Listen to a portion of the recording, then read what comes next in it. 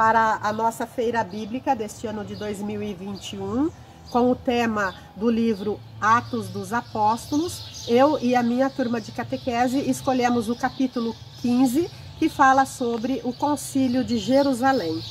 Conforme Lucas, estamos no momento central do livro dos Atos e da história da Igreja.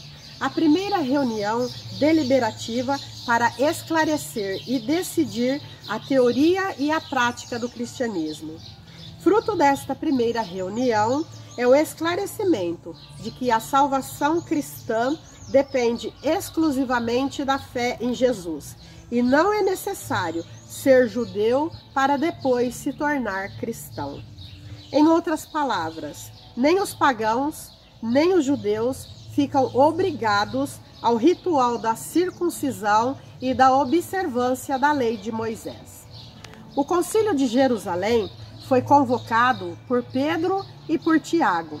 Tiago, o justo, era líder da igreja em Jerusalém.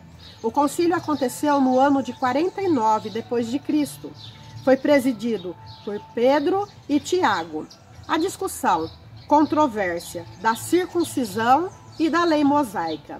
Documentos, evidências na Bíblia, no livro Atos dos Apóstolos e também na carta de São Paulo aos Gálatas. Passaram quase 2 anos desde que Paulo e Bernabé saíram de Antioquia para sua primeira viagem missionária. Voltaram com relatos impressionantes dos prodígios que realizaram por meio do Espírito Santo. Mas, desde a conversão de Cornélio, a igreja enfrentava um problema com a conversão dos gentios. Vieram de Jerusalém alguns do partido dos fariseus e, por iniciativa própria, espalhavam o boato da necessidade que os gentios fossem circuncidados e guardassem as leis de Moisés. A confusão foi grande e colocou em pauta uma questão. Para ser cristão, é preciso antes se converter ao judaísmo? É necessário complementar o sacrifício de Cristo na cruz por meio da circuncisão e observância da lei? A salvação trazida por Jesus depende da pertença ao povo de Israel? Paulo e Bernabé discordaram e a discussão aumentou, sendo necessário levar a fato a liderança da igreja em Jerusalém, que ainda contava com um bom número de apóstolos, e o grupo dos anciãos e presbíteros. Tiago era o líder da igreja em Jerusalém.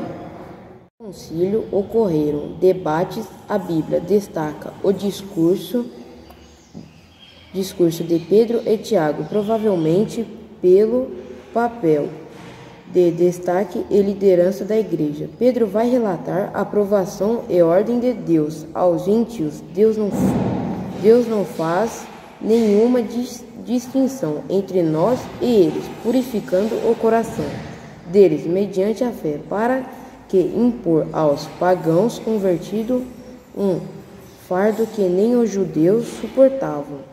Houve um grande silêncio da assembleia.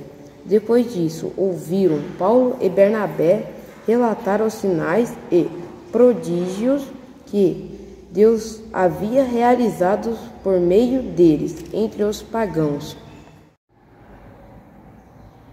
Aceito a argumentação de Pedro e faço mais um reforço recordando o texto do profeta Amós, conforme a versão grega do Antigo Testamento, que diz o seguinte: o resto dos homens procurem o Senhor com todas as nações que foram consagradas ao meu nome. Ou seja, tanto o resto fiel de Israel como os convertidos das nações formaram o único povo de Deus. Isto está se realizando agora. Eu sou parecer que não devemos importunar os pagãos que se convertem a Deus. Vamos apenas prescrever que eles evitem o que está contaminando pelos ídolos, as uniões ilegítimas, comer carne sufocada e o sangue.